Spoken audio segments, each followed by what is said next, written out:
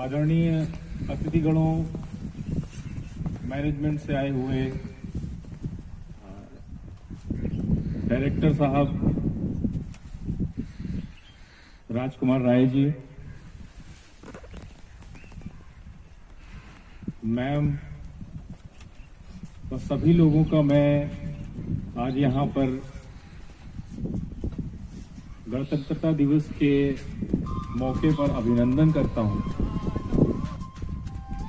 आज हम एक विशेष कारण से हम यहाँ पर एकत्रित हुए हैं। आज हमारा देश 72वां गणतंत्र दिवस मना रहा है। वैसे तो हमारा देश 15 अगस्त सन 1947 में स्वतंत्र हो गया था, लेकिन सही मायने में 26 जनवरी सन 1950 में भारत में संविधान लागू हुआ। इसके पहले अंग्रेजों के बनाए हुए नियम और कायदे कानून ही हमारे देश में चलते थे। संविधान में बाबा साहेब डॉक्टर भीमराव अंबेडकर जी का अभूतपूर्व योगदान रहा है। हमारे देश के संविधान में 395 अनुच्छेद व 8 अनुसूचियां लागू हैं, जो कि पूरे विश्व में सबसे बड़ा लिखित संविधान है। स्वतंत्रता संग्राम में शामिल क्रांतिकारियों को, जिनमें राष्ट्रपिता महात्मा गांधी जी, चंद्रशेखर आजाद, बिस्मिल,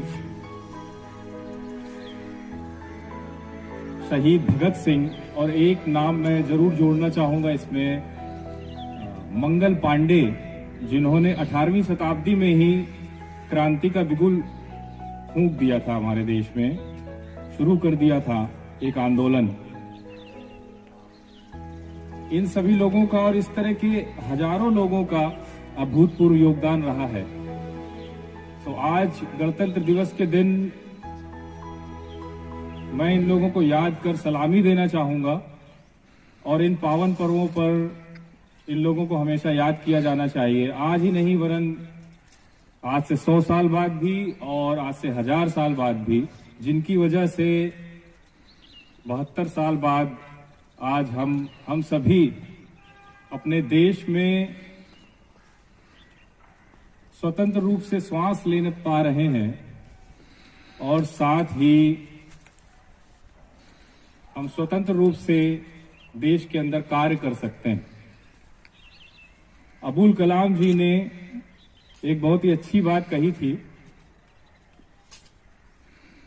कि अगर देश से भ्रष्टाचार हट जाए, भ्रष्टाचार मुक्त देश हो जाए, तो उससे बहुत ही अच्छे दिमाग का देश बनता है।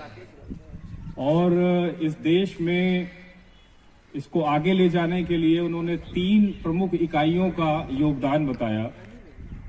एक है माता, दूसरे पिता हैं, और तीसरे कौन हैं? तीसरे हैं गुरु। गुरु यानी कि शिक्षक, आप और हम। तो इस देश के नागरिक होने के नाते हमें कोशिश करनी चाहिए कि देश को हम कैसे आगे से आगे ले जा पाएं, विकासशील देश को कैसे विकसित बना पाएं, और हम अपने ही स्तर पर, अपनी ही जगह पे रहते हुए, अगर हम अपने कार्य को, जैसे कि अगर मैं एक उदाहरण दूं कि एक शिक्षा एक ऐसा माध्यम है जिससे हम इस देश को और इस देश की अगली जनरेशन को आगे ले जा सकते हैं। तो हमें ये कोशिश करनी है कि हम अपना कर्तव्य पूरी निष्ठा से करें, एक ड्यूटी की तरह नहीं, क्योंकि अगर हम अगली जनरेशन को अच्छे से शिक्षा दे पाए तो हमारा देश निश्चित तौर पर कुछ दशकों बाद ही विकसित देशों की गिनती में खड़ा हो जाएगा।